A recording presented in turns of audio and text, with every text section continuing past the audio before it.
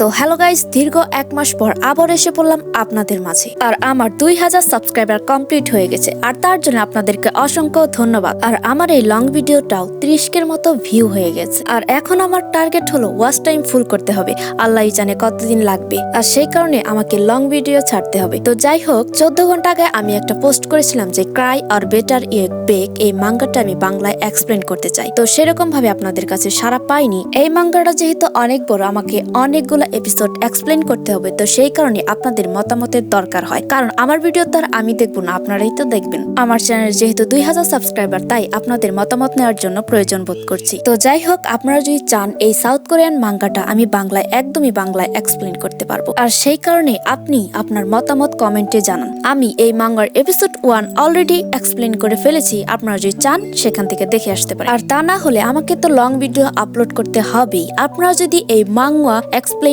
বাংলায় পছন্দ না করেন, তাহলে আমি অন্য টাইপের ভিডিও দেব। Thank you.